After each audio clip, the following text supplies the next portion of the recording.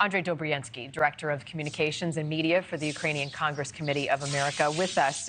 Always a pleasure. Thank you for being here. John Bolton, National Security Advisor, formally said that Biden's policy seems pretty clear, that he doesn't want Ukraine to lose, but also increasingly clear he doesn't want to do what it takes to allow Ukraine to win. Is there some truth to that? I think what former Administrator Bolton, Ambassador Bolton, was saying amplifies the words that have been coming out of Ukraine for probably the past 18 months of this conflict, which is, yes, you've been waiting in Ukraine for additional aid that has been promised by the United States. In fact, going back 10 years. 10 years ago, this is the 50th summit that President Biden is going towards at the 40th summit, which was hastily called at The Hague because Russia was supposed to host it, but instead they invaded another country. So at the 40th summit, all those leaders declared, first of all, that Russia's not going to do business with us anymore, and that we're going to put sectoral sanctions on Russia.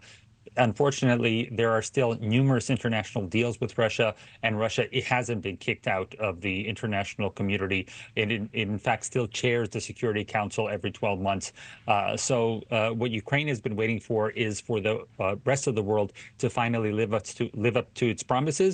And it's not specifically about President Biden. It's about the rest of the world coming together and understanding that if Ukraine is allowed to be carved up by its neighbor, then no other country, whether you're in Africa, whether you're the Philippines, whether you're in Micronesia, no other country's borders are secure if a country like Russia is allowed to do this. It will be the focal point of the G7 meeting here in the day ahead. What changes do you expect to happen as it pertains to Ukraine funding? I think we are going to see many more announcements, just like finally accessing that frozen Russian assets that have been mostly in Europe. So yes, a repo act was passed in the United States about using frozen Russian assets here in the United States for additional military aid to Ukraine. But unfortunately, the vast bulk of it, hundreds of millions of dollars, remain in Europe. And that's for really European countries to decide how to access that money and how to use that for the benefit of Ukraine. In addition to that, we just had a very large package, $225 million, announced by President Biden when the two leaders were together in France. However, additional allowances, so permissions for Ukraine to use the weapons that have been supplied to them, is another thing that the United States can do, not just this small, limited area to the north of Ukraine, but additional areas that are flying or launching rockets against Ukraine. We are looking at some images. Some of them are old, but of communities that were decimated in this war. What do you hear, Andrij, from those living in Ukraine through this war today, and what the fear is right now from the threat from Russia?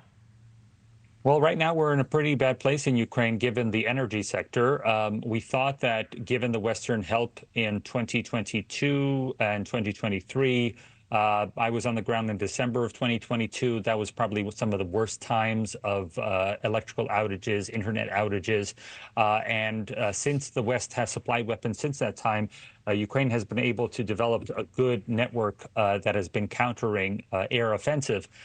Unfortunately, the United States was the main backer of that supply, and that 6 months stoppage that began in September of 2023 into this year really affected Ukraine's ability to knock down those missiles from the air.